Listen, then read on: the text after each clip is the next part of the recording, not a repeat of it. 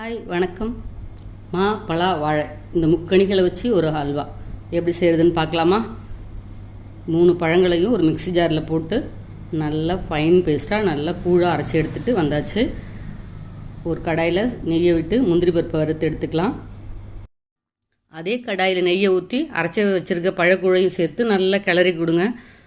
கொஞ்சம் நல்லா சுண்டுற வரைக்கும் கிளறிட்டு கரைச்சி வச்சுருக்கிற கார்ன்ஃப்ளவர் மாவையும் அதில் ஊற்றி நல்லா கிளறி கொடுத்துட்டு ஃபுட் கலரையும் சேர்த்து நல்லா கிளறிட்டே இருந்தோன்னா நல்லா கெட்டியாகும். இப்போ அதுக்கு இன்னும் 2 ஸ்பூன் நெய்யை ஊற்றி சுகரையும் அதில் சேர்த்து நல்லா கிளறி கொடுத்துட்டே இருந்தோன்னா நல்லா கெட்டி பட்டு வரும்போது நம்ம ஏலக்காய் பொடியும் வறுத்து வச்சு முந்திரி பருப்பையும் சேர்த்து நல்லா கிளறி எடுத்துட்டோம்னா ஒரு முக்கணி அல்வா சூப்பராக ரெடி ஆகிடுச்சு. இதை அப்படியே வேறு ஒரு பாத்திரத்துக்கு ட்ரான்ஸ்ஃபர் பண்ணி ஆற வச்சு பீஸ் போட்டுக்கோங்க.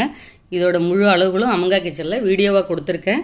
அதோட லிங்க்கு கீழே கொடுக்குறேன். போய் செஞ்சு பார்த்து எப்படி இருக்குன்னு கமெண்ட்டில் சொல்லுங்கள். நன்றி, வணக்கம்.